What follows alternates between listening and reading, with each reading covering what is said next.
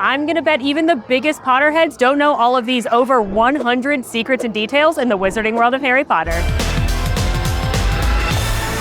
Hello, Mam Fam, and welcome to Universal Orlando, where we're spending the day going through both Diagon Alley and Hogsmeade, and I'm gonna share as many details, hidden gems, secrets, and dragon eggs into this video. From screen-used movie props to book-only nods, we got a lot to cover, and I guarantee by the time this video's done, you'll have something new to look for on your next Wizarding World visit, because truly, the magic is in the details. Let's go! Of course, the Easter eggs begin before you even get inside Diagon Alley when you're here in the London section. This is in Universal Studios Florida. This is the original park to the Universal Orlando Resort. However, it is the second addition to Wizarding World of Harry Potter. But we're starting here because I like to go in the order of the story, which starts in London, and then Harry travels on the train to Hogwarts. And because I'm a super nerd, I like to do it in that order. First things first, you'll notice there's a sign right here for Charing Cross Road. You'll see it a couple of different times. First of all, in one of the very earliest Mammoth Club videos, I called it Charging Cross Road, and I got a lot of comments correcting me. So for the record, it's Charing right there, Charing Cross Road, but that is the real road in London that Diagon Alley is themed after. You can visit there, I'd love to visit there, but that is the look and feel of Diagon Alley came from that real street in London. Second of all, I went on a long tangent in that video about how the leaky cauldron in the story sits between a bookshop and a record store, and Harry had the feeling that no one else could see it. And I talked a lot about how there was a leaky cauldron sign here, and I asked my friend Miss Wizarding World for a picture to prove that I wasn't crazy. Clearly I'm not crazy because the sign is back. But this would be the wizard entrance to the leaky cauldron. We unfortunately are not wizards, but you can see right here would be the way to get in. We are gonna go in via Diagon Alley, but this is the entrance that Hagrid and Harry take in the story. One of my favorite Easter eggs is right here in the record shop window as well. Here you will see a record called Here's to Swimming with Bow-Legged Women from the Quint Trio. Here's to swimming with bow-legged women. That is a nod to Quint, the fisherman from Jaws, the greatest movie of all time, because Diagon Alley actually sits where the opening day Jaws ride used to be. Of course, that is now gone and replaced by Diagon Alley, so this is the first of several different Jaws nods I'm going to point out, but this one's my favorite. And right outside of the record shop, you will see a classic English phone booth, which you may remember is how the visitors enter the Ministry of Magic in the story. So what would happen if you wanted to call the Ministry of Magic, which is 6, 2, 4, 4, 2, which would equal magic, by the way. It's ringing. Says that the visitor's entrance isn't open right now, so I guess we have to use the toilets. Bopping right along, we're gonna end up on another famous wizarding street. That's Grimmauld Place. Fans of Book 5, Harry Potter and the Order of the Phoenix will recall that this is the headquarters of the Order of the Phoenix, number 12.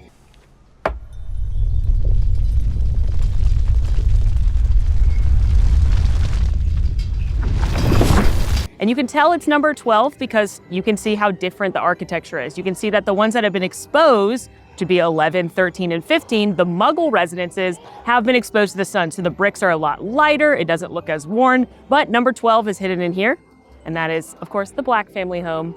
I would like to once again petition for a Black family home dark ride. I think it'd be really cool if you had an Omni Mover system and you went in and you saw like the house elves' heads on the wall and the porch and Mrs. Black screaming and all the order in the kitchen. Anyway, Universal, hear my pleas. But seeing number 12 Grimmauld Place and being able to take your picture on the doorstep isn't the only cool Easter egg right here. If you make sure to watch the window, you will see someone is watching you. That's Creature, the unfriendly house elf. He pokes his head out every now and again, so he's always got his eye on you.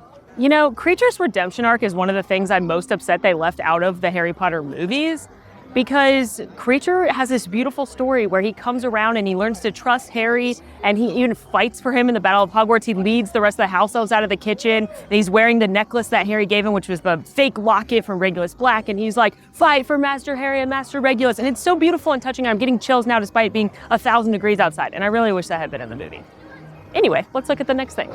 Here in the middle of London, you will see a recreation of the Shaftesbury Memorial Fountain from Piccadilly Circus in the real London. And what's extra neat about it is that this is considered one of Alfred Gilbert, a famous sculptor, one of his most notable works. But what's interesting is that the real one in London is dry. It famously hasn't worked for a very long time. So this is the only place you can see this fountain actually running with water. And just beyond the fountain is the night bus, which isn't exactly a hidden detail or a hidden gem, but what is fun about it is it's actually from the movie. This was used in Prisoner of Azkaban. There's another one of these. It's located in London at the Harry Potter, the Warner Brothers Experience Tour, which is, of course, on my life bucket list. But while a lot of people know you can chat with the driver in the shrunken head at the front, not many people realize you can come around to the back and get a super, super cool view of the night bus. And you can't go inside really, but you can step up here and you can look inside and you can see the bunks and you can see the trunks and I love looking at all of the wizarding advertisements. And you can even see that it is that second story and that you can see this chandelier that shakes notably and a daily profit sign. I just think the detail in here is super, super cool. I especially love the little toothbrush holders on the bed stands. If you remember in the books, it says that Harry pays extra for the toothbrush and the premium kit aboard the night bus. So I just think this is so fun. It's so cool to know this was actually in the movie and Daniel Radcliffe actually hung out here. Hello. How are you? I'm good. How are you? How are you, Head? You alright today? Hanging in there. We're just waiting on the driver. Pretty bored, really. Your driver's run off, so you need a ride somewhere, probably best off flying your broom. Oh, yeah, okay. either that or maybe take the Hogwarts Express if you're trying to get to Hogsmeade. After a quick chat with the night bus driver and the shrunken head, it's time to go inside Diagon Alley, which never gets old. But make sure when you're walking in, listen up, because you can actually hear the bricks moving.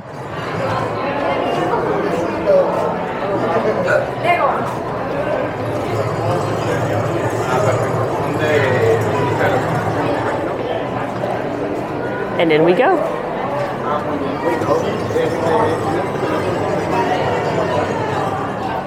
I absolutely adore it in here. It blows me away every single time. I just get giddy and happy walking in here. Now, I'm going to point out specific things that have references in the books, but one of the best things about these lands in general is just the attention to detail, even not specific movie Easter eggs and call-outs. Just look at the little details, like here's quality Quidditch supplies, and you've got things like different teams' pennants flying in the windows, or you've got the fact that their sign is made out of the different balls for Quidditch. You've got the Quaffles right here and the Bludgers and the Snitch. And just every moment of detail, how distressed all the bricks look, how distressed the train looks. Everything about it is amazing. So shout out to that. But now let's go look for some specific details. We're going to start here at Quality Quidditch Supplies. And if you look in the window, you may be able to guess which broom it is. It's the Firebolt. If you remember in Harry Potter and the Prisoner of Azkaban, Harry gets to spend a few extra weeks in Diagon Alley after he blows up his aunt. And he, every single day, comes to look at the Firebolt on display because it's the best broom of all time. So, of course, the Firebolt is on display here as well. Here inside Quality Quidditch Supplies, I love this poster. One, because it's moving and it looks like any magic photo in the wizarding world. But two, it's for the Chudley Cannons, which you might remember is Ron's Quidditch team. And they're not very good. So I like the fact that the poster says, let's just all keep our fingers crossed and hope for the best, which is very funny. Also, another little tiny detail is you can see they've won the Joseph Wronski Award for Excellent Pitch Skills. Joseph Wronski was a Quidditch player that invented the Wronski feint, which they talk a lot about in Harry Potter and the Goblet of Fire in the book, because Victor Crumb, as a seeker, uses that skill. It's where you do a dive for the snitch and then pull out of it at the last minute. You have to be a very talented seeker to do it. And so Harry sees Victor do it and then tries it on the pitch himself, and it ends up helping him out in the Quidditch matches at Hogwarts. But here we go. Chudley Cannons, Ron's team. Hilarious. Also, the broomsticks that you'll see up above, as well as in this glass case behind me, those were actually screen used. And I love that this costume, first of all, look at the details on it. The little beatings are snitches. And you've got a screen-used quaffle as well, and then a screen-used broom. But remember this guy's ensemble, because we're going to see him again in the other section of the land. Right next door to Quality Quidditch Supplies, you've got Weasley's Wizard, Wheezes, Fred and Weasley's Joke Shop. Oh, excuse me, I think the dragon's going to breathe fire.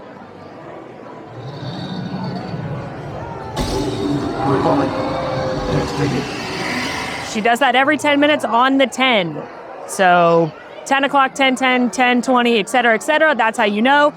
She's a very considerate dragon, though, so if it's too windy, she won't blow fire because she would burn the buildings down. So we appreciate that from her. Also, allegedly, where she is located is where the fire effect from Jaws the ride was located as well. My friend Miss Wizarding World told me that, and while I haven't confirmed that, she said she got the blueprints out and it looked pretty close. So that is a nice little nod to Jaws, the second one today. But back to Weasley's Wizard Wheezes. One of my favorite details is that the large Weasley brother there takes his hat off and reveals a rabbit and then takes it off again and it's gone. Headed inside Weasley's Wizard Wheezes. This is my second favorite shop in all of Diagon Alley. Couple of things to look for. If you look up at the ceiling, you've got Weasley's Wizard Whiz Bangs popping off right there. Those are the fireworks they use and referenced several times throughout the story, but my favorite is when they use them to torture Umbridge on their great exit out of Hogwarts. You'll see up on the second and third story, which unfortunately we're not able to access, different boxes of them as well. Like if you look over on this wall right here, the black and orange boxes have Fred Weasley's basic Blaze box and George Weasley's basic box. So that'd be like your starter kits. You can see some throughout the store as well. So that is very fun. And speaking of the world's worst professor, you actually have Umbridge up here working in the Weasley shop, which I just adore because I think we can all agree she's the absolute worst. And I love that the Weasleys blatantly make fun of her by putting her in the store this way.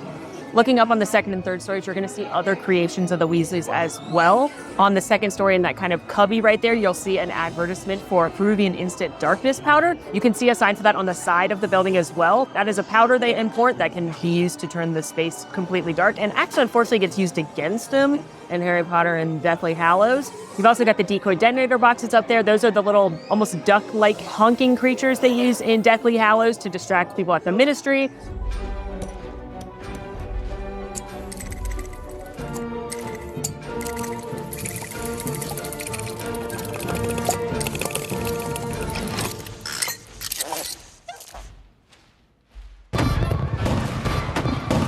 You've got their full supply of Weasley's Wizard Whiz Bangs. And then you also have these black and white boxes that, if you read closely, are Muggle magic, which they sell for their father, Arthur Weasley, who's delighted by Muggles. So you'll see those throughout the store as well.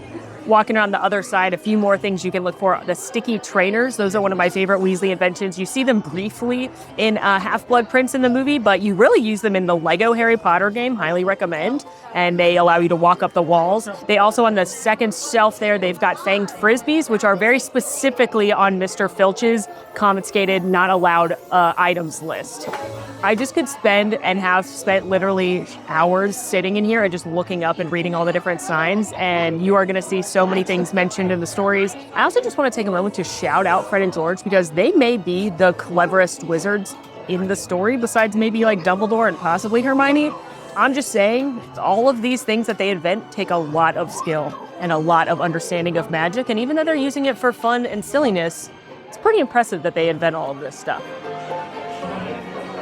Looking at the outside of Weasley's Wizard Wheezes, again, you're going to see a bunch of the products I talked about inside, the Peruvian Instant Darkness Powder, the Muggle Magic, etc. But one I wanted to highlight as well is the boxing telescope right here. It's got the boxing gloves with the W on it. Book fans may remember that Hermione looks through one at the Burrow and it punches her in the eye, leaving her with a black eye, and it's only able to be removed by a bruise removal paste that the Weasleys have at the shop. Unfortunately, Molly Weasley, though very good at mending things like scrapes and bruises, cannot get it off because of whatever magic Fred and George put into the boxing telescope.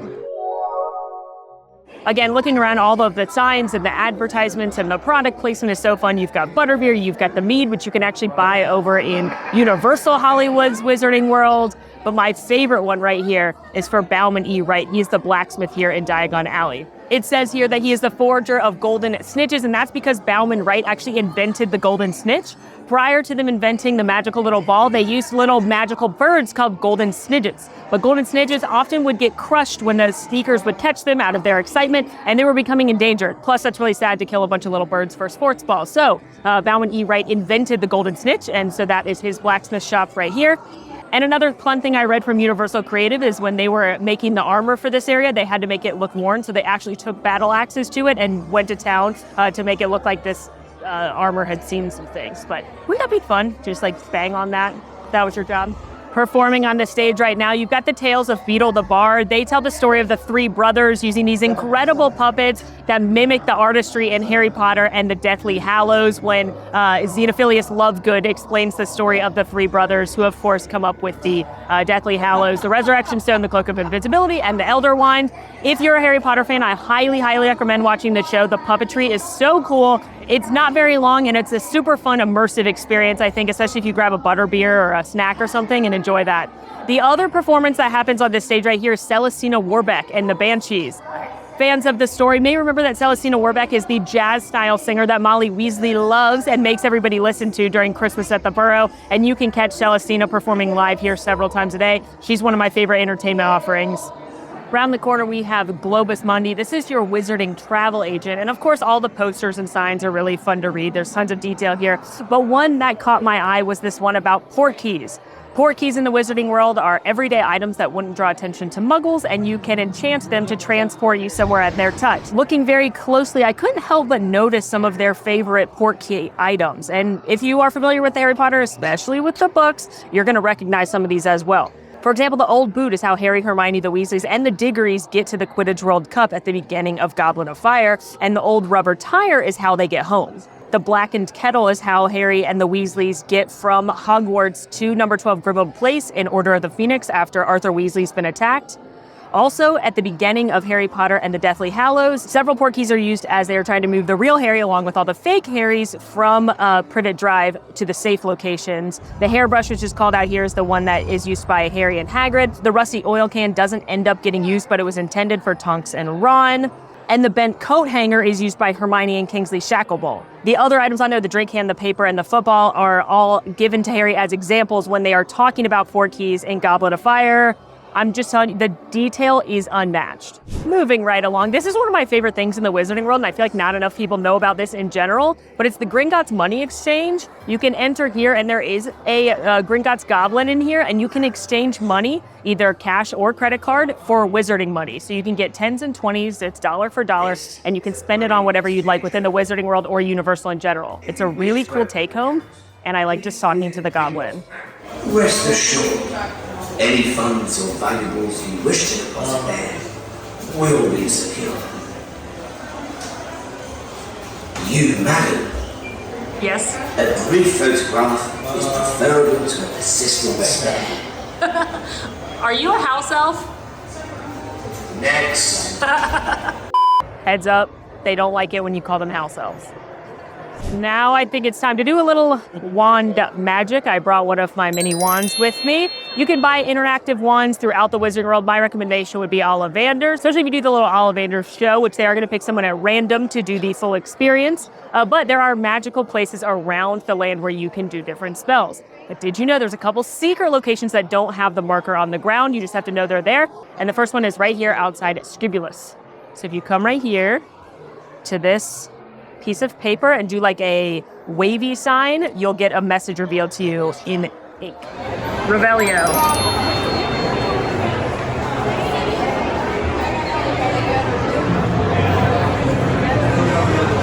Headed into Wiseacre's Wizarding Equipment. Now, this is a store that sells kind of your more general merchandise, a couple of shirts, as well as lots of office items like stationery and backpacks.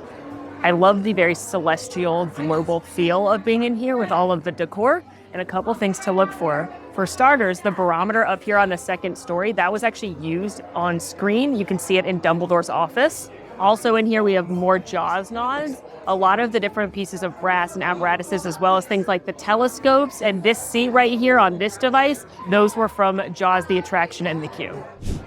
Moving right along through Diagon Alley, we're at Mr. Mulpepper's Apothecary. And if you look in the window here, you're going to see a lot of fun references to different potions and items that are important throughout the story. Down here on the first shelf, he's got Bezoars, which are a stone from a goat's stomach, which are called out in Harry's very first potions lesson with Snape, and then used in Harry Potter and the Half-Blood Prince to save Ron's life when he accidentally ingests poison. You've also got other ingredients like boomslang skin and lacewing flies. These are prominent ingredients in Polyjuice Potion, and they're supposed to be a tip-off to you, the reader, in Harry Potter and the Goblet of Fire, that somebody is taking Polyjuice Potion, but you know that it's not Harry, Ron, or Hermione, even though Snape accuses them of stealing it from his office. And then you also, if you look very closely into the back of the window right here, have a pair of shark jaws that were from the Jaws queue. So many Jaws Easter eggs. It's hard to believe they killed one of my loves for the other one, but, you know, I'm glad they're paying homage. Right next door to Mr. Mulpepper's Apothecary, you have his competitor, Slug and Jigger's Apothecary, which I don't know why we need two, but you know what? Good, healthy competition is good for the consumer, I suppose. Now, they do sell a lot of the same items. I'm seeing boomslang skin again. I'm seeing lacewing flies. I'm seeing bezoars. One thing I am noticing that's different, though, is they've got Essence of Dittany here in the window. That is like a first aid item. Hermione carries it with her in Deathly Hallows and has to use it when Ron gets lynched.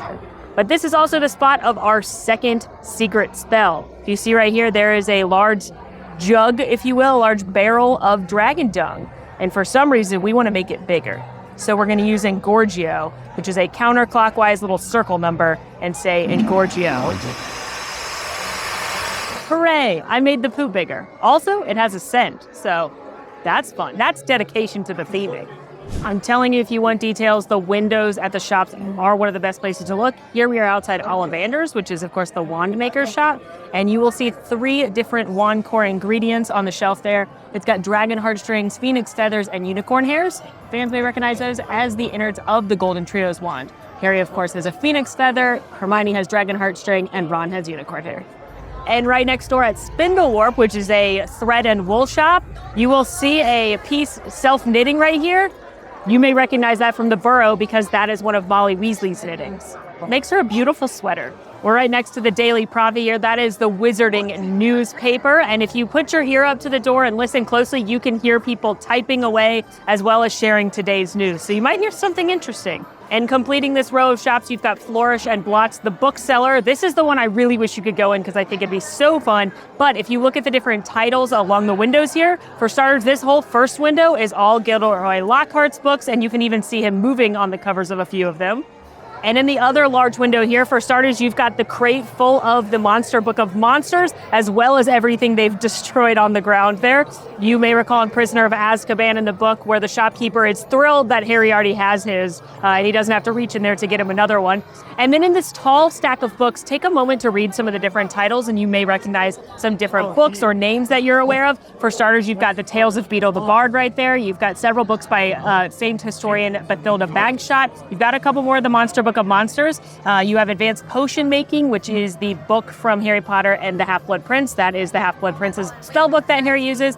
But my favorite Easter egg in here is Secrets of the Darkest Art. That is the book that Hermione gets from Dumbledore's office after he passes away and how she learns more about Horcruxes. Popping across the street now into Madame Malkin's. This is the Robes for All Occasions shop. Up on the second story, you'll see she has a beautiful dress there, and you may remember from Harry Potter and the Goblet of Fire, that's Hermione's dress that she wears to the Yule Ball. But inside, you'll see plenty of fashions for sale featuring some hats that are on display, but you can actually buy these. If you want Malfoy's hat, you can get it. If you want Dumbledore's hat, you can get it. If you want McGonagall's hat, treat yourself. Get yourself a fancy hat. But while you're in here, don't forget to come say hello to the mirror. She's going to tell you how she feels about your look. And warning, it's not always the nicest. Merlin's beard, you look amazing. Oh, thank you. There are also some beautiful pieces on display here. This gorgeous white dress with the projections, that was custom made for the store. However, this one right here was screen used by Gilderoy Lockhart and Chamber of Secrets, and this one was screen used by Professor McGonagall. I love her fancy hat.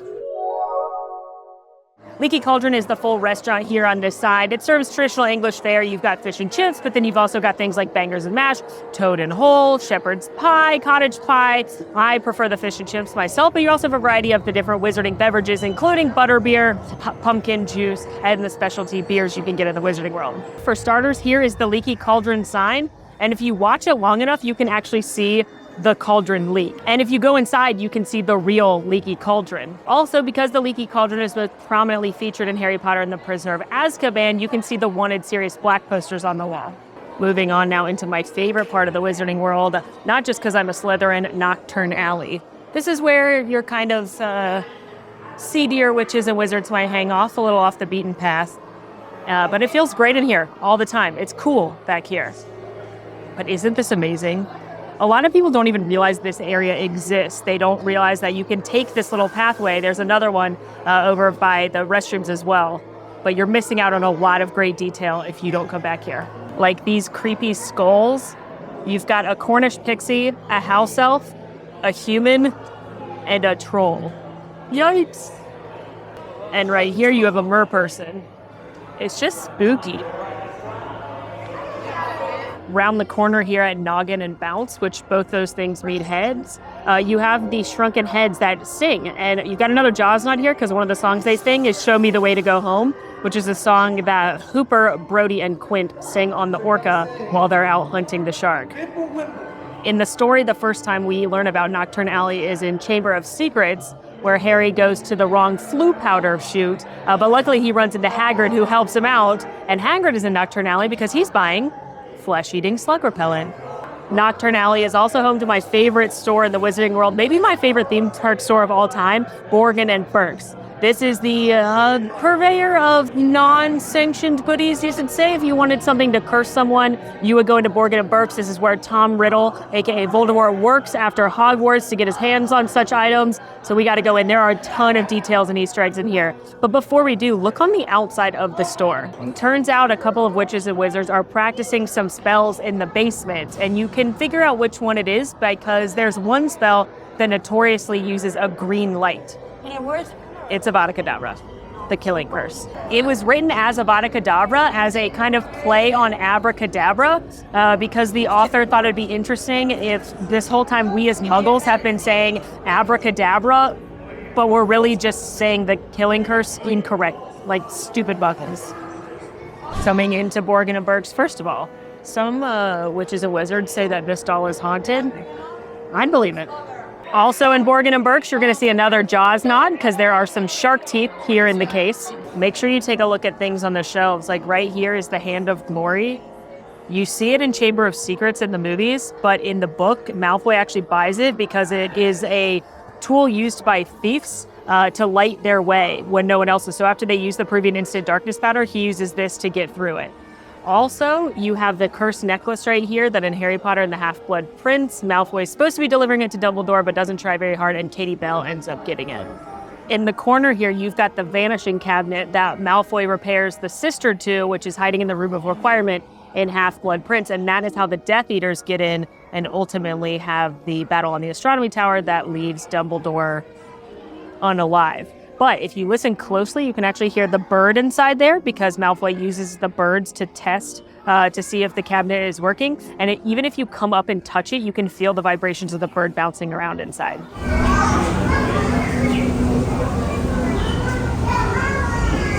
Universal Creative has stated that 90% of the stuff on the second story of here was screen used in the real Borgin and Burke's. But my favorite thing to highlight is this troll foot umbrella stand. This sits in number 12 Grimmauld Place. You see it in the movie, and in the books they talk about the fact that people consistently knock it over, specifically Tonks. On the back wall of the shop, you will see a variety of educational decrees from when Umbridge is in charge in Harry Potter and the Order of the Phoenix.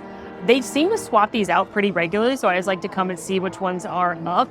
This one is all Quidditch matches are hereby canceled. Broomsticks will be turned into the High Inquisitor. You've also got all students will be subject to questioning about suspected illicit activities. And then you have any literature by non-wizards or half-breeds is banned forthwith.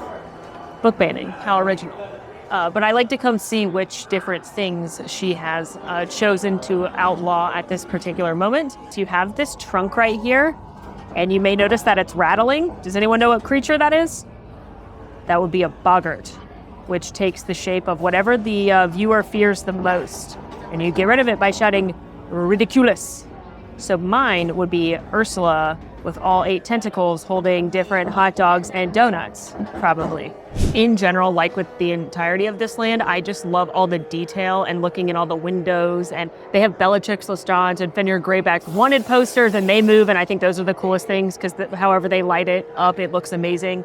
You've got a evil dark mark tattoo shop where the tattoos actually move. You have a couple different wand spots back here as well. The map actually lights them up in black light when you're back here, which is really neat.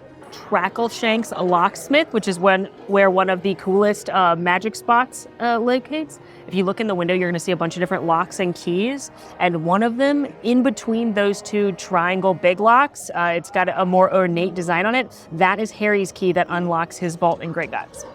Back out in the daylight, a couple more window shops to look into. Here you see Skelligro being advertised, which is what Harry has to take in Chamber of Secrets after Lockhart actually makes his bones disappear. And I love this one because you can watch him drink it and then watch his arm get fixed. So there he's drinking it, his arm's broken, but after enough of this delicious potion, It's fixed. What did you expect? Pumpkin juice? Walking to our next door, another one of my favorites. And again, I love just looking at all of the different signs because you're going to see things you've heard about in the wizarding world, like Drupal's Best Blowing Gum, Honeydukes, which is advertising for Hogsmeade, which we'll get to later, and the Black Pepper Imps. It's just all the different candies and things you hear about when reading the books, and things like the treat trolley on Hogwarts Express are explained. Well, just could walk through this land for hours, which is what we've already been doing. But we're going to head back to the side here of Magical Menagerie. This is your creature shop. Say hello to a friend of mine as a Slytherin. I always love to come back and say hey to this guy. Hey, buddy. How are you? Hope you're doing well. You look good. My snake buddy speaks in both English and parcel tongues.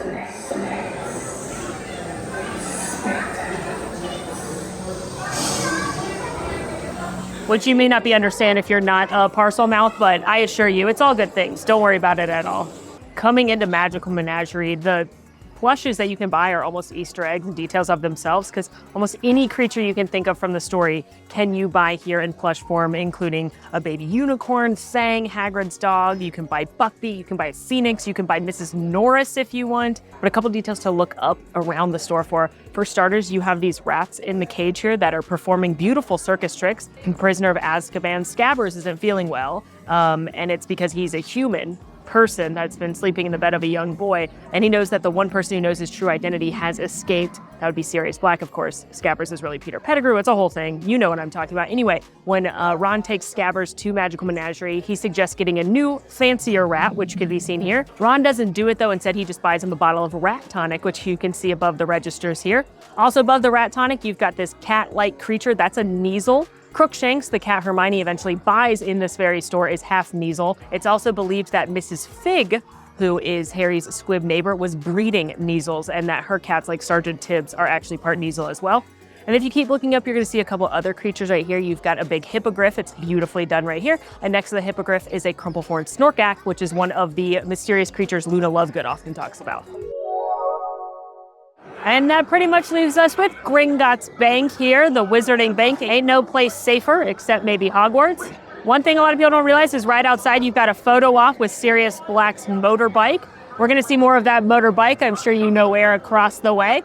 But talking about Gringotts, this is the home of Harry Potter and the Escape from Gringotts, which is a really fun part roller coaster, part dark ride, part 3D attraction that puts you into the story in Harry Potter and the Deathly Hallows, where Harry, Ron, and Hermione break in and try to steal the Horcrux from Bellatrix Lestrange's vault.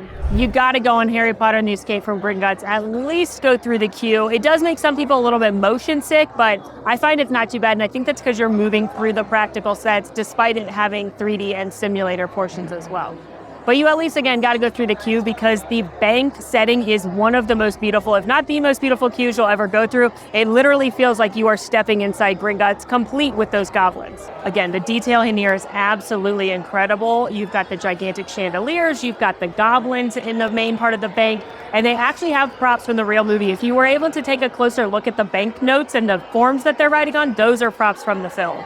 You've got the inscription right here. Enter, stranger, but take heed of what awaits the sin of greed. For those who take but do not earn must pay most dearly in their turn. So if you seek beneath our floors a treasure that was never yours, thief you have been warned to beware of finding more than treasure there. Now, as you can imagine, Harry Potter and the Escape from Gringotts is very popular. It's a great one to use Universal Express on. They also have a single rider, but it cuts off a lot of the queue, so I don't recommend that. I'm actually just headed back in the regular queue because I want to see a certain prop. This next one, you probably only will see it if you're in a really, really, really long line for Harry Potter and the Escape from Gringotts, which it goes all the way back here.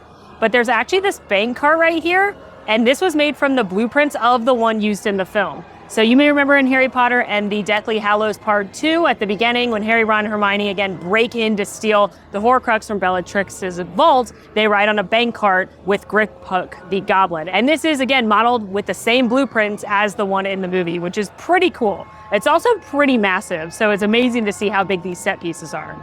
And once again, this is when this attraction takes place, in that very specific moment. How do you know that? Well, there's a couple of hints when you're in the queue. For starters, when you see Harry, Ron, and Hermione's shadows as you're going through the queue, Hermione actually looks like Bellatrix, and Ron doesn't look like himself. That's because Hermione took Polyjuice Potion so she could be disguised as Bellatrix. She had her wand from the duel at Malfoy Manor, and Ron has been enchanted to look like a just kind of general Death Eater.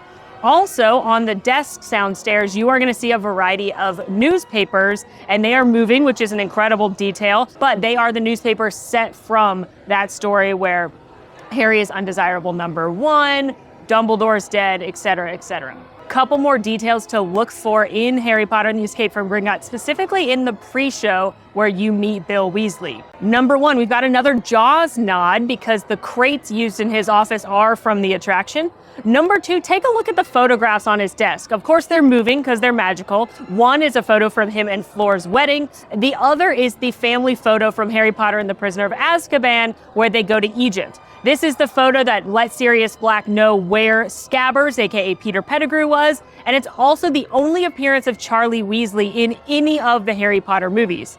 But what I think is particularly interesting about this is that Bill Weasley is played by someone different. Bill Weasley doesn't have very big of a role until the later films, but in the photographs, it is a completely different actor. Bill Weasley becomes a prominent character in the later films, and he's played by Domhnall Gleeson. But in the photograph from Prisoner of Azkaban, he's portrayed by Richard Fish. So I think it's really interesting that you have two different actors portraying the same character in the same scene during this pre-show.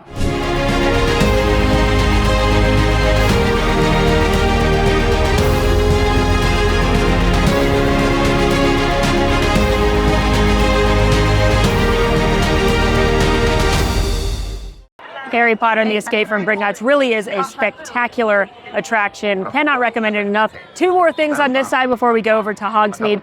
For starters, if you stand right here, you can hear the latest news on the Wizarding Wireless Network. Have you ever wanted to turn your spouse into a gas? Well, this man is in stores coming up. Some of it is quite funny, some of it's a little spooky, but it's fun to stand here and listen to see what they have to say. And for this one, we need to do a little magic. Tarantellegro. Do this spell right here, and it will reveal a beautiful ballet being performed by Troll.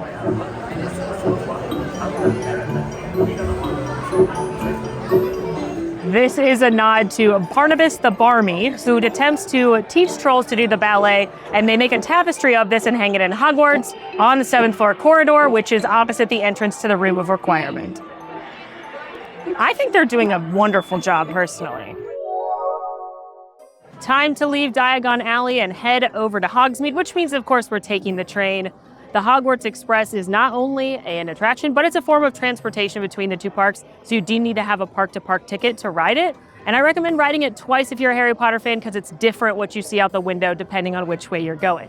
I love going the King's Crossway. I like that you come into contact with Dementors, just like Harry and the gang do in Book 3. And I really like asking the King's Cross conductors and forters if they know where platform 9 3/4 is. Now, as I wait to scan my ticket, I am looking for where my train is. I'm looking for platform 9 3/4, and I'm not seeing it. And that's probably because this departures and arrivals billboard right here is actually updated with current London actual trains, which is very, very neat. But I'm still having trouble finding platform 9 3/4, and I'm probably gonna have to ask someone about that. Hello. Hello. Thank you. Do you know where platform 9 3/4 is? So we have 9 and 10 upstairs. Okay. We don't have like fraction platform. Okay. Did I misunderstand? I mean, you can check upstairs if there's a secret platform. Yeah, You'll that have to come tell me would be about it. crazy, right? I'm here all the time, so Yeah, I'd be surprised. that'd be crazy. Silly muggle. But make sure you ask on this side only, the London side only, where platform 9 3/4 is, and the porters will have a good time answering that for you. Couple of other fun things to look for while you're here in King's Cross Station. As you round this corner here, you're gonna see our perfume billboard. It says "Make a Little Magic" for Divine Magic Perfume. This is a scene in Harry Potter and the Half-Blood Prince film when Dumbledore takes Harry on a little adventure. After that weird interaction with Harry and the waitress, why did they add that? Why'd they add the shoe tying scene? I got a lot of questions. No answers on those though. Now, unlike the porter I talked to, I am not a muggle, so I can access platform 9 3/4, and that's probably the coolest thing about King's Cross Station. It's hard for me to explain. You're not going to be able to see it happen to yourself, so have a friend or family member filming you walking between platforms 9 and 3/4, and it's very cool. All you need to do is run straight at the wall between platforms 9 and 10. Best do it at a bit of a run if you're nervous.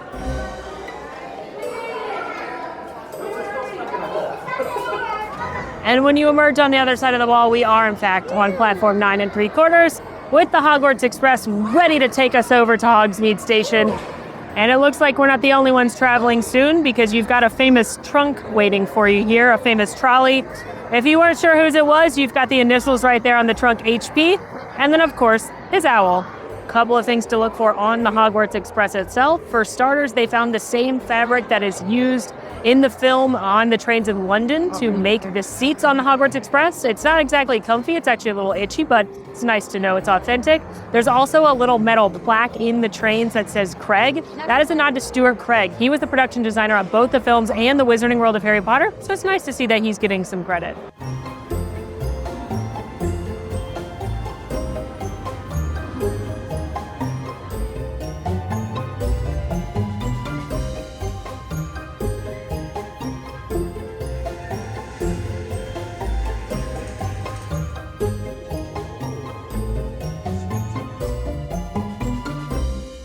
Made it over to Hogsmeade, and my least favorite fun fact, so not even a fun fact at all, just a fact. It's not Emma Watson, but you probably already knew that because it sounds like if I was doing an impression of Hermione.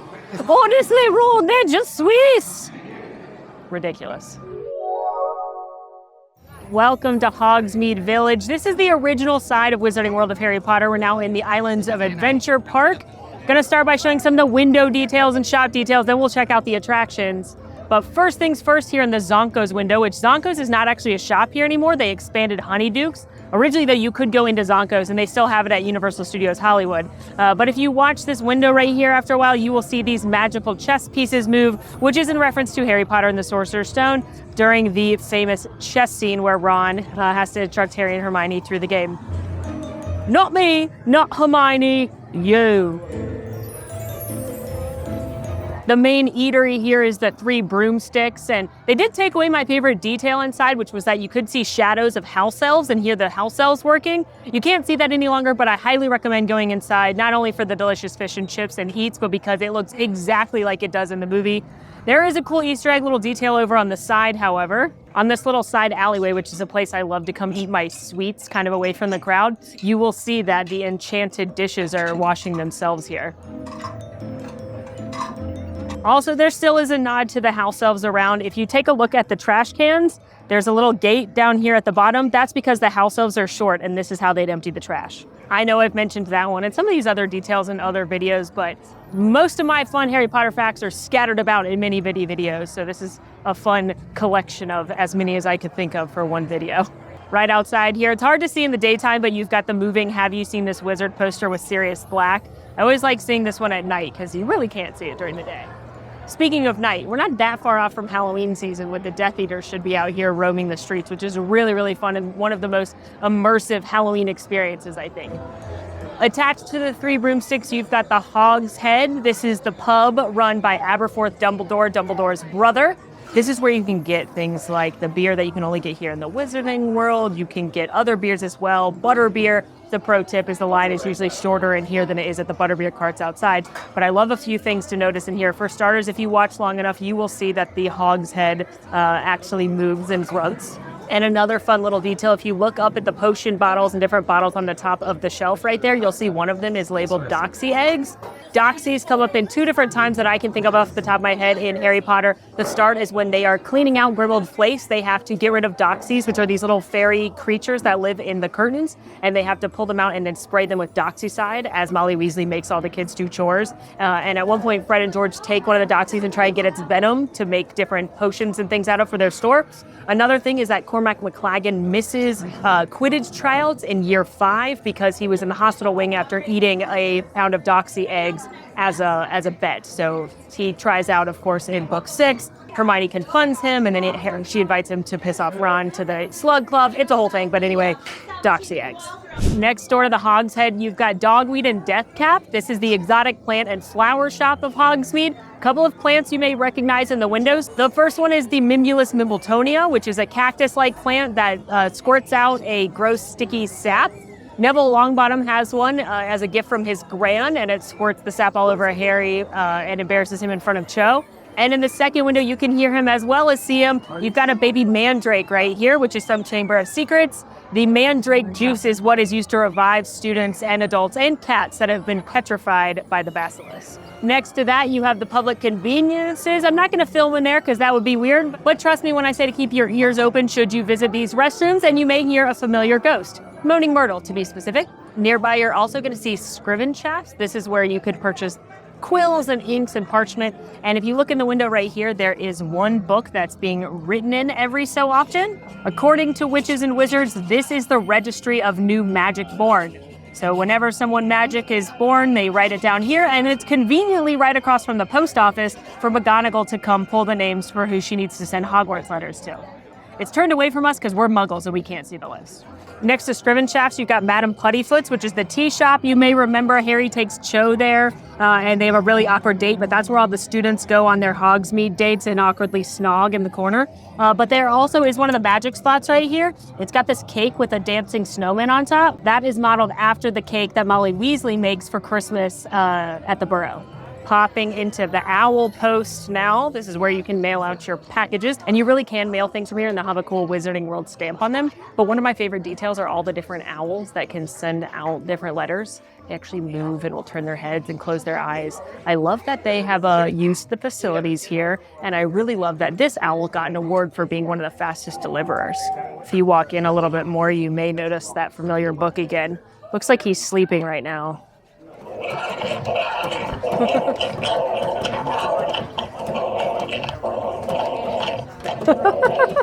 I love how his eyes open and he runs at you, but then he quickly falls back asleep again. And then if you look up in Dervish and Bangs, I don't know, Jim Dale says Banshees, so I want to say Banshees. But again, you're going to see a lot more props. You're going to see different items for sale for potions, such as some stewed mandrake up there. Ooh, that sounds lovely. Some flobber worms. You're also going to see different books, spectrospecs, and you're going to see these moving brooms, which were once again film used. And it's not surprising that outside the owl post, you can see a few things being delivered, including howlers. Howlers are the letters that yell at you. And it's really funny. How dare you go to Hogsmeade without a permission form? I don't really know how you got there. It's really fun to stop by and listen to a few of the different howlers. You'll hear students getting yelled at for getting bad grades. You will hear people quarreling with their neighbors. But it's a fun little Easter egg that I feel like most people walk right by. The final shops right here, you've got tomes and scrolls. This is one of my favorite magic wand spots because the Tales of Beedle the Bard opens up. But I also wanted to point out that similar to over at Flourish and Blocks, you're going to see some of those book Easter eggs. You've once again got Secrets of the Darkest Art, which I feel like shouldn't just be willy-nilly available in a bookstore if it's going to reveal the most evil things that can happen with magic. But you know, I'm a Muggle, who am I to say? You've also got more books by Bethune Bagshot, Dark Arts Basics for Beginners, which is the book that Umbridge assigns to the characters in movie 5, it's different in the book. And over on the other side, you've got more of Gilderoy Lockhart's books, including another moving picture. And next door at Spint Witch's Sporting Needs, this is your Quidditch shop here in Hogsmeade. You will see a familiar looking trunk because this is Oliver Wood's trunk from Harry Potter and the Sorcerer's Stone when he first explains how Quidditch works to Harry, but you'll notice the golden snitch is missing out of the top. I guess I should say more specifically, this isn't Oliver's trunk, this is the Hogwarts trunk that Oliver shows Harry, and the reason the snitch is missing is because the snitch becomes property of whoever catches it after each game. And the particular snitch that was in there that we first saw, the one Harry caught in his very first game, comes back to be what Dumbledore hides the Resurrection Stone for him in Deathly Hallows. Headed now to Harry Potter and the Forbidden Journey. This is the attraction inside Hogwarts. It's a 3D attraction that mixes practical sets and simulator screens. It has got so many Easter eggs and details and Harry Potter things on the attraction.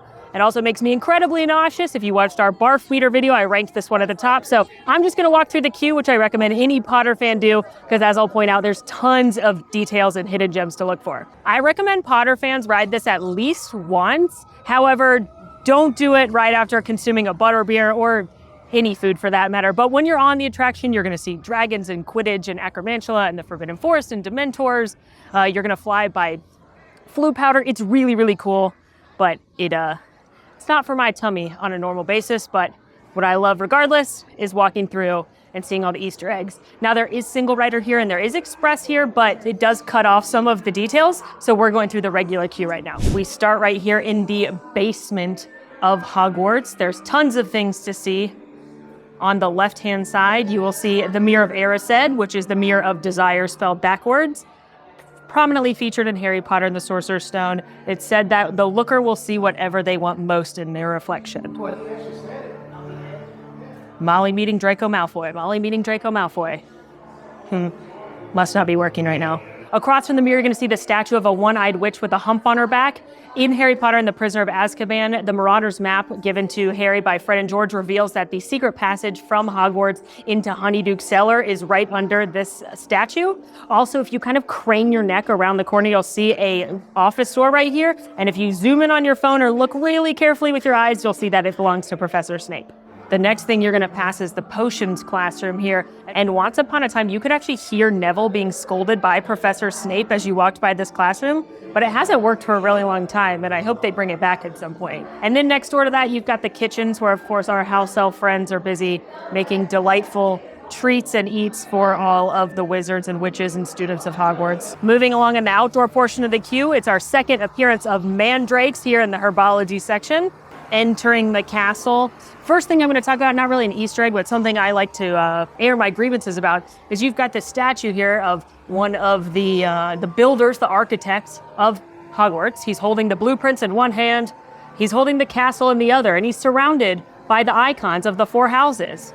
You've got the raven in the back for Ravenclaw, which should be an eagle, but they messed up in the films, and now they're locked into doing a raven. You've got a badger for Hufflepuff, and you've got a lion for Gryffindor.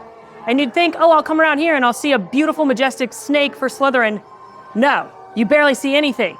It took me many times coming by this and many zoom-ins to realize that just barely can you see the snake. Just like down here at the bottom, do you see the tiniest bit of the snake? And I feel as though we demand justice, Slytherins. We need to demand justice for hiding our beautiful creature away and showing us just a tiny bit of his little snake body. You're telling me you get a whole lion and a whole badger and just a little snake? No. Next up, you've got the counters for the house points, and of course, Gryffindor's winning. And now you know we're headed towards Dumbledore's office, as signaled by this gargoyle here that stands outside of his desk. Sherbert Lemon.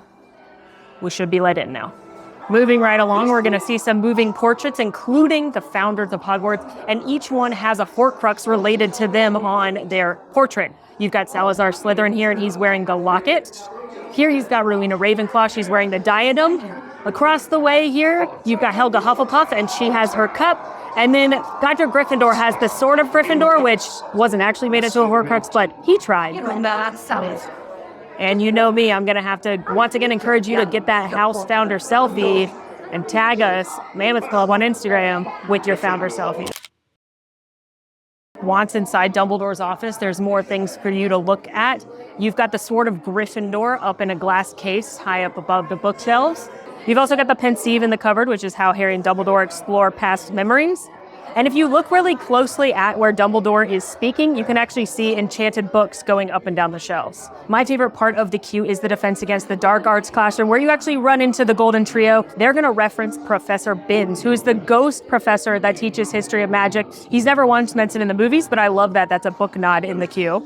Also, if you look around the classroom in the Defense Against the Dark Arts room, you're going to notice there's a nod to each of the Defense of the Dark Arts teachers. Hanging from the ceiling, you've got the dragon skeleton from Professor Quirrell in Sorcerer's Stone. You'll see, of course, Gilderoy Lockhart's books from Chamber of Secrets. You've got the candles, as well as Expecto Patronum spell on the board for Professor Lupin from Prisoner of Azkaban. You've got Mad-Eye Moody's walking stick, fake Mad-Eye Moody's walking stick from Goblet of Fire. You have got the books that Umbridge assigns the class in Order of the Phoenix, and you've got the projector from Snape and Half-Blood Prince. And as you transition from the Defense Against the Dark Arts classroom into the Gryffindor common room, you're first going to see some stained glass that you can see in the movie. You're also going to see the portrait of the fat lady talking to you.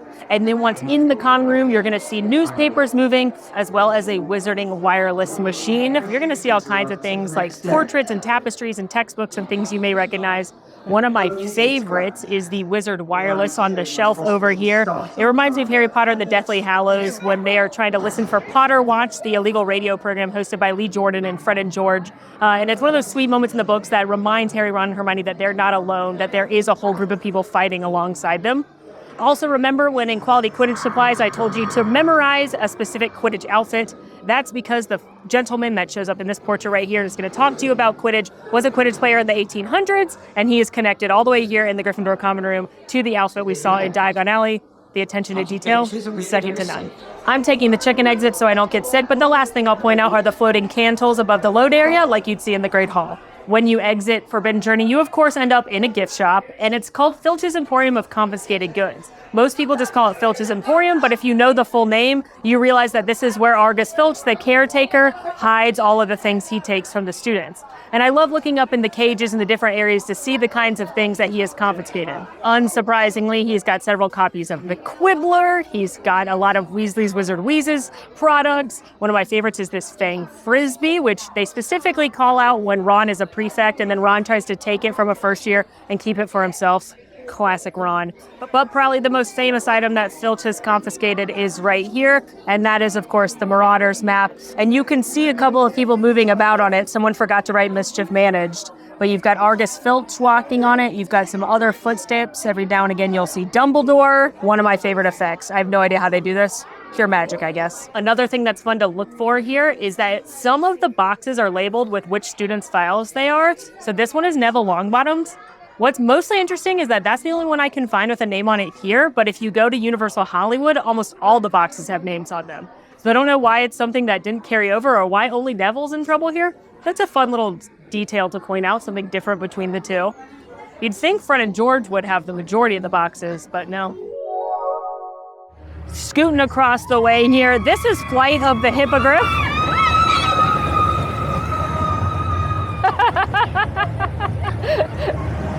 Oh, someone's having a great time, or a terrible time, hard to tell. Flight of the Hippogriff is a smaller coaster here in Wizarding World. It's a good starter coaster, and I recommend it for Potter fans for two main reasons. Number one, the queue's got some very cool details I'm going to show you here in just a moment. And number two, there is a very cool animatronic of Buckbeak the Hippogriff that you can only see if you ride the attraction. And bonus number three, you get really cool views of Hogwarts, especially at night. But the first detail I'm talking about is right here. You've got Hagrid's hut, and if you listen closely as you approach, you will hear Fang barking from inside, Hagrid's friendly boarhound. If you look by Hagrid's front door, you're going to see a crate that something's escaped out of, and if you read closely, it says Monster Book. And then here on his front doorstep, you're going to see woodlice for bowtruckles. Bowtruckles are a fantastic beast that you don't see on film until the Fantastic Beasts movies, but they specifically talk about them in the Care of Magical Creatures classroom with Hagrid. Bowtruckles are like the little tree-looking guys, and they like to eat woodlice. And then a little further up in the queue, you will see he's also got Thestral feed and Hippogriff feed. Because you know Hagrid's all about caring for those creatures. And lastly, you get a better view from this from the express lane, but remember I told you Hagrid buys flesh-eating slug repellent in Nocturne Alley? Well, there it is. And last, but absolutely in no possible way could this be considered least, we are headed onto Hagrid's Magical Creatures Motorbike Adventure TM. This is my favorite attraction, not only in the Wizarding World, not only in Islands of Adventure, not only at Universal Orlando Resort, but my favorite attraction I've ever been on anywhere in any theme park, ever. So, can't hype this one up enough. This is the attraction. It's a roller coaster. It's going to take you on an adventure with Hagrid into the Forbidden Forest and around the Hogwarts grounds, where you're going to see tons of different creatures. You're going to see the flying car. You're going to see unicorns. You're going to see Fluffy the three-headed dog. You're going to see Blasted Scroots, which are a book-only reference to one of my favorite nods on an attraction. You are going to see pixies. You are going to see centaurs, Devil's Snare. It's amazing. One of my favorite details on the attraction itself is when Hagrid tells you to push the purple buttons and ignite the dragon fire that Arthur Weasley has added into the motorbike. That's a nod to Harry Potter and the Deathly Hallows. Wait, pause. This is one of my favorite views of Hogwarts. Gotta snack that pick. Arthur Weasley, you may remember, tinkers with the motorbike for Harry Potter and the Deathly Hallows when the Flight of the Seven Potters occurs. And to get out of their little sticky situation with the Death Eaters, Hagrid has to hit the dragon fire, which is what happens on the attraction as well. And if you're on the motorbike, The purple button will light up at one point and you can hit it. First detail in the queue that I love is this wooden hippogriff, which is kind of a nod to Buckbeak, the hippogriff we get to know and love the most. You also have this, it looks like a crocodile, but it's another wooden creature right here. I don't know why they have a crocodile, because they don't talk about crocodiles a lot in the wizarding world. Crocodile hearts can be used in potions, and Rita Skeeter has a crocodile skin bag, but other than that, I'm not sure why a crocodile would be there. But anyway, we're on the back of Hagrid's hut now, and you can see that something has been eating his large pumpkins. I like to believe it's the Thestrals. You can also see Hagrid has hatched something, most likely a dragon from that egg right there. I believe it to be a nod to Norbert, the dragon he wins in a poker game and hatches in Sorcerer's Stone. Plus, if you listen closely, you can hear little creatures scurrying about, and there's this little nest right here, so who knows what Hagrid's up to? Hagrid's Magical Creatures Motorbike Adventure TM takes place in this enchanted castle that was on school grounds, and it said that this is somewhere students would go when they weren't supposed to, and students for generations have been going into this castle, which is why when we come inside, you're going to see a lot of graffiti and see some nods to who might have been here. For starters, when walking in, you can see this beautiful illustration of a merperson.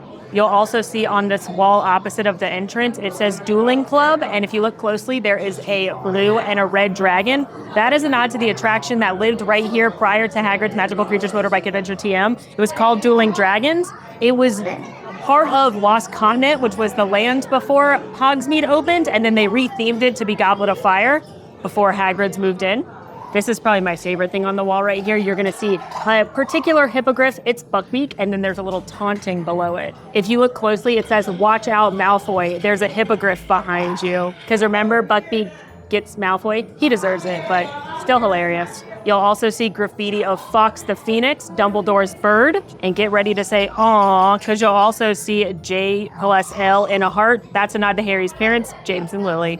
Moving through the queue, you're going to come to a room with a big fireplace. And if you look closely, you can see salamander footprints all around the fireplace, which makes sense because the magical creature of fire salamander loves the heat. So it makes sense they'd be near the fireplace. Once you get inside the egg room, one, it's very loud in here, but two, there are tons of different eggs from all kinds of species, maybe even some illegal breeding that Hagrid's doing. Cough, cough, that's where the Scroots come from, cough, cough. But there's one particular egg that stands out in this case right here. It's the golden egg from Goblet of Fire that Harry had to get from the dragon that contains the clue for Event 2. Now he's made it into Hagrid's study office. I don't know what you want to call it. The first thing I like to point out are these posters of different magical creatures. Some of them are book references, some of them are book and movie references, but you've got unicorns, Cornish pixies, nifflers, fire salamanders. Also over on Hagrid's desk, you will see one, how large his hands are based on his gloves, and two, can you figure out which textbook he's using? However, my favorite detail in the queue is on this board right here. These are the boards that tell you how to load into the attraction because it is a little unusual. And there's a few things to look at. For starters, why is there a silhouette of Arthur Weasley? I don't know, but I like it. Number two, you've got some of Arthur Weasley's paperwork from the Ministry of Magic right here. You have this article about a UFO flying over Bristol, which I like to believe is the Fort Anglion from Chamber of Secrets when Harry and Ron get in trouble for flying the car. And then beyond that, you've got different graphs and tinkerings and things that Arthur clearly used to mess with the motorbike. But my favorite of all these details is the sticky note right here that says "Ask Harry," and it's got a picture of a rubber duck on it. Because in Chamber of Secrets, the first time Harry meets Mr. Weasley, he says, "You've lived with muggles. What is the function of a rubber duck?" And I love the idea that he's a wizard and can do magic and can do all these amazing things, and he just doesn't understand the purpose of what is essentially a pointless bath toy. Now, Harry, you must know all about muggles. Tell me, what exactly is the function of a rubber duck? Oh.